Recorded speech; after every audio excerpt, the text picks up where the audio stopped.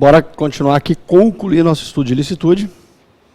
Vamos falar agora de estrito cumprimento do dever legal. E aqui nós temos observações muito importantes e uma inovação legislativa, não tão nova assim, de 2014 a 13.060, tá? Fiquem atentos a isso aí, para o que eu vou dizer para os senhores. Estrito, limite estrito na divisa certinha do cumprimento do dever que decorre da lei. Lei, regulamento, portaria. Aqui é o cumprimento de um dever legal, um ato normativo. Eu não posso alegar estrito cumprimento do dever legal, que diz respeito à atividade pública, hierarquia pública, na atividade, que diz respeito ao servidor público, é público e não privado, que preza algumas doutrinas nesse sentido. E o cumprimento emanado deve ser estrito. Estrito do cumprimento do dever que decorre da lei. De antemão, ocorre quando o agente público ou particular que temporariamente exerça função pública, o mesário, por exemplo, atue mediante dever, olha, imposto, a lei determina. Se ele não fizer, inclusive, pode ser processado por prevaricação em alguns casos. Imposto pelo direito objetivo. Como eu disse, leis, regulamentos, atos normativos, portarias. Esse dever imposto não pode ser de ordem moral ou religiosa, anotem isso aí. Ou social, tá? Ah, eu tenho que fazer porque o pastor, porque o padre, não. Ele mandou, não. É público e decorre da lei. Tem que ficar muito atento com isso. Quem eu encaixo aqui? No estrito cumprimento do dever legal? Os agentes públicos, por exemplo, o oficial de justiça que vai à casa do indivíduo subtrair coisa alheia móvel para terceiro. Coisa alheia móvel para terceiro. Não é isso que faz o oficial de justiça? Vem comigo. É ou não é? O oficial de justiça, quando atendendo a determinação do juiz, vai à casa fazer uma busca e apreensão, ele o faz em nome do juiz, mas ele em tese, pratica uma conduta prevista no artigo 155. Subtrair coisa alheia móvel para outrem, para o credor. Mas ele está determinado pela lei. A lei impõe a ele esse comportamento. Só que esse cumprimento desse dever que decorre da lei, que está lá no ato de ofício dele, por exemplo, tem que ser o cumprimento nos estritos limites do mando, da determinação. Ele tem que levar somente o que está no mandado. Ele só pode levar o que está no mandado. Ele não pode, analisando ali o mandado, dívida de 20 mil, vendo que a busca e apreensão envolve um móvel de 5 mil, vou levar um pouco mais para cobrir a dívida. Não pode. Haverá excesso. Então, dentro dos limites do mando. Ok? E agora fiquem atentos a essa situação. Não há que se falar em estrito cumprimento do dever legal de matar. Ok? O agente policial, o agente público, não pode alegar que matou em estrito cumprimento do dever legal. Não existe lei que determine que a autoridade pública mate. Não existe nenhum regulamento nesse sentido. Aliás, muito pelo contrário. Eu tenho, corta comigo, a Lei 13.060, que regulamentou esse tipo de comportamento no parágrafo 2º, dizendo o seguinte: os órgãos de segurança pública deverão priorizar a utilização de instrumentos menos ofensivos, desde que o seu uso não coloque em risco a integridade física ou psíquica dos policiais, e deverão obedecer aos seguintes princípios: legalidade, necessidade, razoabilidade e proporcionalidade. E diz: não é legítimo o uso de arma de fogo contra pessoa em fuga que esteja desarmada ou que não represente risco imediato de morte ou de lesão aos agentes de segurança pública ou a terceiros. O que está dizendo esse inciso 1? Está dizendo que eu não posso matar e alegar estrito cumprimento do dever legal, mas se essa pessoa levar risco iminente, perigo iminente, para os policiais ou para terceiros, eu posso atirar sim e matar, desde que em legítima defesa. Veja, nunca estado de necessidade. Não existe, estrito cumprimento de dever legal. Não existe estrito cumprimento de dever legal de matar. Não existe exercício regular do direito de matar.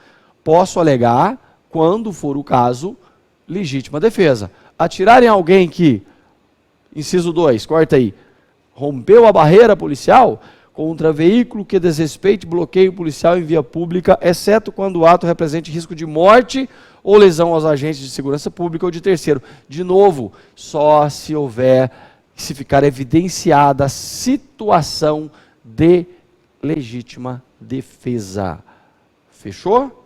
Então, em estrito cumprimento do dever legal, não há que se falar em morte. Não há homicídio, dever legal que autorize a matar. Então veja, quem está agindo em estrito cumprimento do dever legal? O agente público, é o policial que prende, é o oficial de justiça que faz a busca e apreensão. E o particular, quando faz uma prisão em flagrante? Ele age em estrito cumprimento do dever legal? Não. Ele age em exercício regular de um direito que a gente já vai ver. Entretanto, aqui, pessoal, para que haja o estrito cumprimento do dever legal, é indispensável que eu saiba estar, por exemplo, prendendo o preso. Ao preso contra o qual tem o quê? Um mandado de prisão. Imagine, os senhores, que eu prenda um indivíduo para averiguação. Pode prender para averiguação? Não. Chego na delegacia de polícia, puxo a capivara do indivíduo e descubro que ele tem um mandado de prisão contra ele. Opa, me salvei. Não, não se salvou. Porque você tinha que saber naquele momento que agia em estrito cumprimento do dever legal. Ele não pode ser, digamos, consertado depois. Por isso, o requisito subjetivo é indispensável. Eu também tenho aqui o exercício regular de um direito, que é para o particular. Aqui, o direito é exercido de forma regulamentada, objetivada, e se eu cumprir as regras, e dali advier algum ilícito, eu não respondo, desde que eu haja dentro do limite estrito do regulamento. Se eu agir dentro do limite estrito do regulamento do boxe, do MMA, e, por exemplo, a pessoa morrer, eu não respondo. Agora, no boxe eu não posso morder na orelha. No futebol eu não posso dar uma pesada na cara. Uma pancada nas costas com um cravo desse tamanho. Não pode. Não é possível. Então eu incluo aqui, dentro do exercício regular de um direito, a violência esportiva. Se ela estiver dentro das regras, é lícito. Se eu morder na orelha, é ilícito. Se eu morder no ombro, lá lembro, né? A Copa do Mundo e tal, é lesão corporal. E as intervenções médico-cirúrgicas, o médico age em exercício regular de um direito. Veja que esse regulamento tem que dizer quais são as regras. Esse regulamento pode ser de ordem penal, anota isso aí, importante, ou de ordem extrapenal. É o que acontece na violência esportiva. Alguns entendem que os ofendículos estão aqui, incorporam essa causa de exclusão da ilicitude. Para finalizar a ilicitude, então, vamos falar das hipóteses de exclusão ou não da ilicitude que estão fora do artigo 23. Vem comigo no quadro. Coloquem aí, por favor, no quadro, as 4 hipóteses que eu vou traçar com os senhores aqui, de causas de exclusão da ilicitude ou não, que estão, por exemplo, no artigo 128, no artigo 150 e no artigo 141. Primeiro deles, aborto sentimental. E o que é o aborto sentimental? Aborto sentimental é aquele em que a gravidez resulta de estupro, por dó, por complacência, o Estado permite que a mulher estuprada retire o produto do crime. Lógico, né? Vai ficar com aquilo para o resto da vida na cabeça, não dá. Então o Estado permite que ela, sendo estuprada, ela chegue ao médico, a autorize, tendo capacidade, se não tiver o pai autoriza, o responsável legal, e aí o aborto é feito. Esse aborto não será punido por quê? Porque o médico agiu em legítima defesa, com a causa de exclusão da ilicitude? Não, eu entendo que não. Aqui eu não tenho uma causa de exclusão da ilicitude, porque esse comportamento não se encaixa nem na legítima defesa, nem no estado de necessidade. Por quê? Porque aquele feto não está agredindo injustamente a mãe, não dá legítima defesa. Não existe uma situação de perigo entre mãe e filho, então não dá estado de necessidade. Quando eu falo em crime contra a vida, eu não posso encaixar estrito cumprimento do dever legal e exercício regular de direito, quer dizer o quê? Mas a mãe não vai para a cadeia, nem o médico, professor. Como é que eu explico isso? Alguns entendem aí, vem a preocupação, que é uma causa sui generis de exclusão da ilicitude. Ora, não é. O conceito está lá, tem que se encaixar no que está no conceito do 24 e 25. Não tem jeito. Quando o examinador não consegue explicar a coisa boa, o doutrinador, desculpa, ele coloca sui generis, né? É uma causa sui generis, é um efeito sui generis. Blá, blá, blá, blá, blá. É igual o médico, quando não sabe qual é a doença, diz, é virose. É uma virose. É uma virose, qual virose? Não sei, é uma virose. E aqui é sui generis. Não, gente, não é. Isso não é causa de exclusão da ilicitude. Isso é causa de exclusão da culpabilidade por inexigibilidade de conduta diversa. Beleza? Já o aborto necessário, que é aquele que é feito pelo médico e só por ele, nesse caso é só o médico. Só o médico. Quando a gestante corre risco de vida, eu tenho o quê? 2 bens jurídicos em conflito, correndo risco. Eu vou destruir um para preservar o outro. Aqui é estado de necessidade. Mas é só o médico. E se for a parteira, ou qualquer outra pessoa que pratique esse aborto, vendo que a mulher está morrendo, ela vai para a cadeia? Não. Também será estado de necessidade, mas do 24, não do 128. É uma loucura, né? É porque a parte geral é de uma época, a parte especial é de outra. Por isso dá esse conflito, mas será estado de necessidade.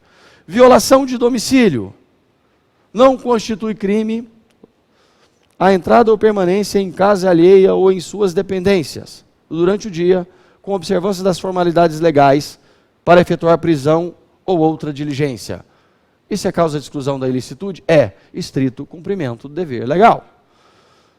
A qualquer hora do dia ou da noite, quando algum crime está ali sendo praticado ou na iminência de o ser, legítima defesa de terceiro. Então eu tenho 2 hipóteses de causas de exclusão da ilicitude aqui no 150, parágrafo 3º. E por fim, as imunidades judiciárias, literárias e funcionais. Nos seguintes termos: não constitui injúria ou difamação punível. Veja que a calúnia caiu fora, não está aqui, calúnia não entra.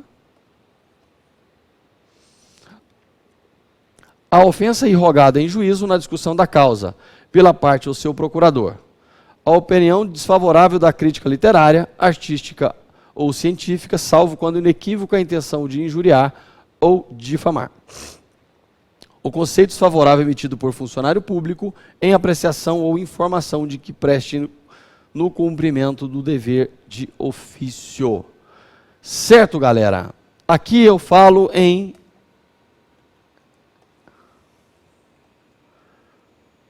exercício regular de direito, estrito cumprimento do dever legal e exercício regular de direito. Eu estou diante, pois, de causas de exclusão da ilicitude, e com isso terminamos a nossa matéria relativa à ilicitude. Grande abraço.